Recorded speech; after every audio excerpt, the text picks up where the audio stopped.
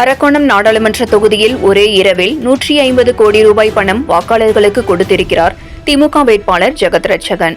தேர்தல் நடத்தும் அதிகாரி மாவட்ட ஆட்சியர் வளர்மதி நடவடிக்கை எடுக்கவில்லை என்று பாமக வேட்பாளர் வழக்கறிஞர் பாலு பகிரங்க குற்றச்சாட்டை முன்வைத்துள்ளார்.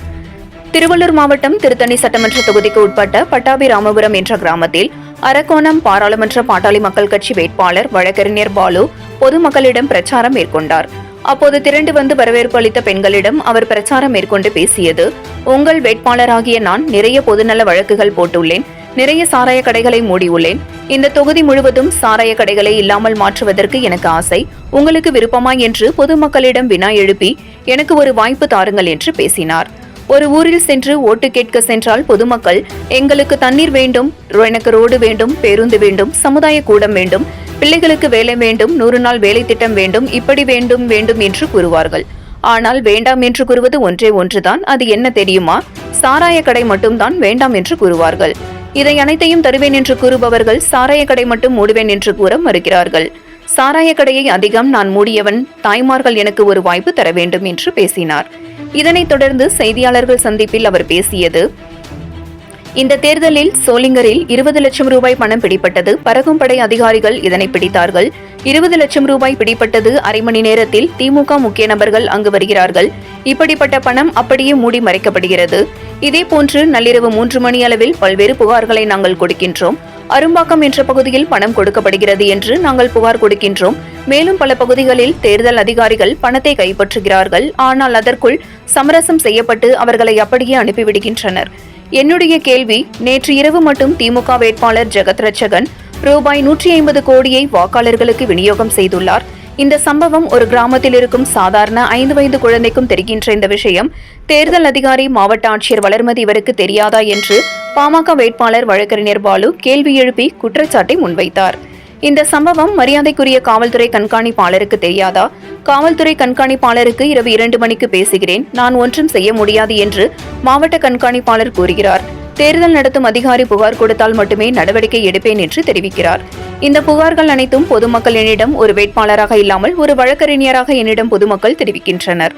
இந்த தொகுதி முழுவதும் நேற்று இரவு ஆரம்பித்து இன்று அதிகாலை வரை தொகுதி முழுவதும் வாக்காளர்களுக்கு பணம் கொடுத்துள்ளனர். இதை யாராலும் மறுக்க முடியுமா என்று கேள்வி எழுப்பினார் பாமக வேட்பாளர் வழக்கறிஞர் பாலு. எங்கே ஜனநாயகம் இருக்கிறது? தேர்தல் ஆணையம் என்ன செய்து கொண்டிருக்கிறது? தேர்தல் ஆணையர் சத்யபிரகாஷ் சாகு வரை நான் புகார் செய்துள்ளேன், ஆனால் எந்த நடவடிக்கையும் எடுக்கவில்லை. இந்த அரக்கோணம் தொகுதி தேர்தல் அதிகாரி வளர்மதி அல்ல. இந்த தொகுதியின் தேர்தல் அதிகாரி திமுக வேட்பாளர் ஜெகத் ரட்சகன், அமைச்சர் காந்தி, அமைச்சர் துரைமுருகன். இவர்கள் சொல்வதுதான் இந்த தொகுதியில் நடைபெற்றுக் கொண்டிருக்கிறது. ஒரு சிறு துருப்பு நடவடிக்கை கூட தேர்தல் நடத்தும் அதிகாரி வளர்மதி எடுக்கவில்லை. இது பெரும் வருத்தத்திற்குரிய விஷயம். நேற்று இரவு கூட தேர்தல் நடத்தும் அதிகாரி வளர்மதியிடம், நீங்கள் ஒரு பெண் அதிகாரியாக இருக்கிறீர்கள், உங்களை நான் நம்புகிறேன் என்று பேசி உங்களை இதையடுத்து தடுத்து நிறுத்துகின்ற பொறுப்பு உங்களுடையது. உங்கள் கட்டுப்பாட்டை மீறியது என்றால் இந்த தேர்தலை கூட நீங்கள் நிறுத்த முடியும். நீங்கள் பணியில் அமர்த்தியுள்ள தேர்தல் பறக்கும் படையினர், தேர்தல் விஜிலன்ஸ் டீம், தேர்தலில் நீங்கள் பயன்படுத்துகின்ற வருவாய்த்துறை அதிகாரிகளின் எண்ணிக்கை மிகவும் குறைவு.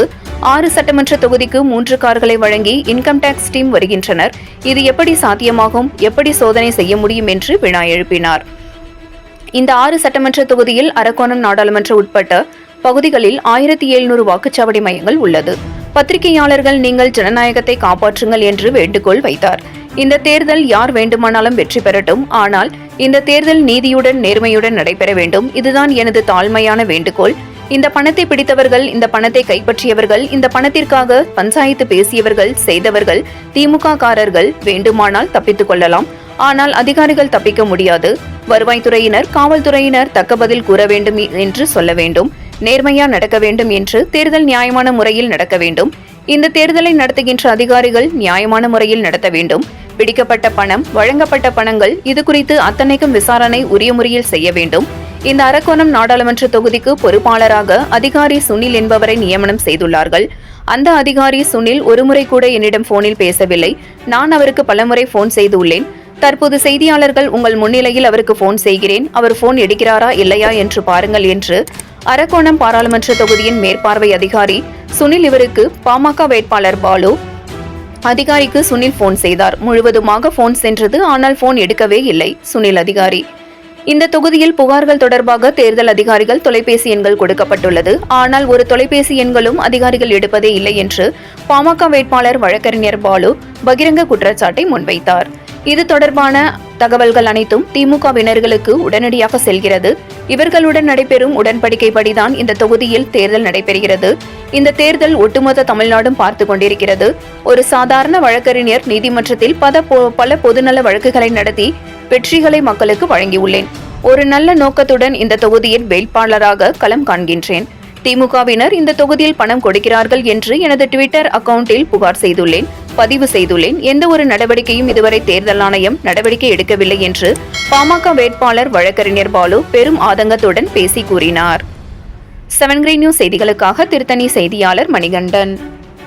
ஒரு நல்ல நோக்கத்தோடு வந்திருக்கிறேன். வாக்காளர்கள் நிச்சயமாக அவர் 200 500 1000 கொடுத்தால் கூட அதை வாங்கி கொண்டு ஜெகத்ரட்சகனுக்கு ஓட்டு போடுவதற்கு ஒருவர் கூட இந்த தொகுதியில் ஒரு விஷயத்தை நான் சொல்கிறேன். நான் கொடுக்குற நேற்று வந்து என்னுடைய முகநூலில் என்னுடைய ட்விட்டர் அக்கௌண்ட்டில் நான் வந்து இது பண்ணியிருக்கேன். பணம் கொடுக்கறத பணம் கொடுத்து திமுகவினர் ஒன்றாக சேர்ந்து பணம் கொடுக்க முடியல நான் சொல்லியிருக்கேன்.